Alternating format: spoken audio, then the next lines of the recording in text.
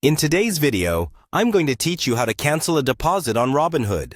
Whether you're rethinking an investment or simply need to adjust your finances, knowing how to cancel a deposit is an essential skill. Follow along and you'll have this process down in no time. First, let's get started by heading over to the Robinhood website. This is where all the action takes place. Open your web browser and type in Robinhood's web address. It's important to ensure you're on the official site to keep your information secure. Once you're there, the next step involves accessing your personal account. Look towards the top right corner of the screen, and you'll see the Login button. Click on this button to proceed. This is where you'll need to enter your login credentials. Make sure you have your username and password handy. Take a moment to double-check that you enter this information correctly to avoid any login issues. Once you've successfully logged in, you'll be directed to the Robinhood homepage. From here, focus on navigating to the Account section. This is where all your account details and activities are found.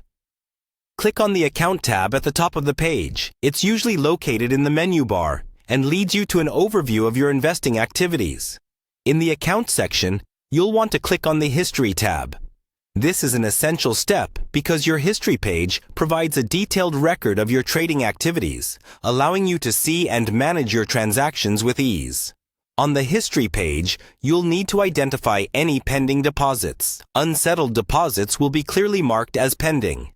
This is critical because you can only cancel deposits that have not yet been processed. If the deposit has already been completed, unfortunately, you won't be able to cancel it from this section. Once you find the pending deposit you wish to cancel, click on it. A detailed view of the transaction will open, and from there, you should see an option to cancel the deposit. Click on Cancel, and you're all done. It's important to note that the cancellation may not take effect immediately, depending on the processing stage. And there you have it, folks. That's how you cancel a deposit on Robinhood.